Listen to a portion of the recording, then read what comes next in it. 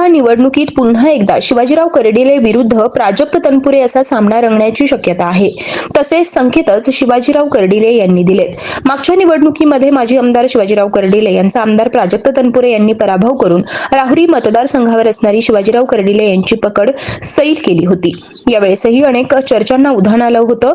शिवाजीराव कर्डिले हे श्रीगोंदा मतदारसंघातून उभे राहतील असं बोललं जात होतं, परंतु स्वतः माजी राज्यमंत्री शिवाजीराव कर्डिले यांनी मी राहुरीतूनच उभा राहणार असल्याचं स्पष्ट संकेत दिले आहेत. आता दोन मतदारसंघामध्ये चर्चा होण्याचं एकच कारण आहे, कारण श्रीगोंदा तालुक्यामध्ये जवळजवळ नगर तालुक्याच्या 80,000 मतांची संख्या आहे. आमची अपेक्षा अशी की आपला 80,000 मतं असताना सुद्धा आमच्या इकडूनच तुमच्या श्रीगोंद्याच्या मतदारसंघातून उभा राहावा असा सगळ्यांचा एक आग्रह होता. सगळ्यांची इच्छा होती की बाबा तुम्ही इकडूनच निवडणूक केली पाहिजे.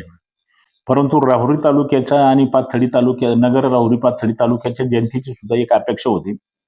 कर्डिले साहेब मागच्या वेळेला जी काय मी आता 19ला चूक केली त्याचा पश्चाताप खरं वास्तविक पाहता आज आम्हाला येतो. तुम्ही काय राहुरी नगर पाथर्डी मतदारसंघामधून सोडून दुसऱ्या मतदारसंघामध्ये कुठल्या प्रकारचं जाऊ नका. तुम्हाला जसं आता 2009 ते 2014ला विधानसभेच्या आमदारकीला आम्ही तुम्हाला आमदार केलं, त्याच पद्धतीचं उद्या आता 2024ला सुद्धा तुम्हाला परत एकदा आम्ही सगळी सहकार्यकारी मदत करू आणि परत एकदा तुम्हाला आमदारकीची संधी देऊ असं त्यांचाही पण मोठ्या प्रमाणामध्ये आग्रह होता. काहींचं असं म्हणणं होतं का आपण आता या मतदारसंघामध्ये पराभव झालाय तर एकदा इथंच आपल्याला विजय मिळायचा असं सुद्धा बऱ्याच कार्यकर्त्याची इच्छा होती, अपेक्षा होती. म्हणून मला ती गोष्ट काही टाळू शकलो नाही, टाळता आला नाही, कारण 10 वर्ष त्या लोकांनी सुद्धा माझ्यावर प्रेम केलं. आता राहुरीच्या जनतेने अपेक्षा केली, राहुरी नगर पाथर्डीच्या जनतेने अपेक्षा केली की कर्डिले साहेब या वेळेला काही जरी झालं तर आम्ही तुम्हाला सहकार्य करू, मदत करू आणि तुम्हाला एकदा निवडणूक त्या ठिकाणी परत आमदार करू असा सगळ्यांचा आग्रह असल्यामुळे मी परत राहुरीच्याच आता मतदारसंघामधून निवडणूक लढवायचा निर्णय फायनल केलेला आहे.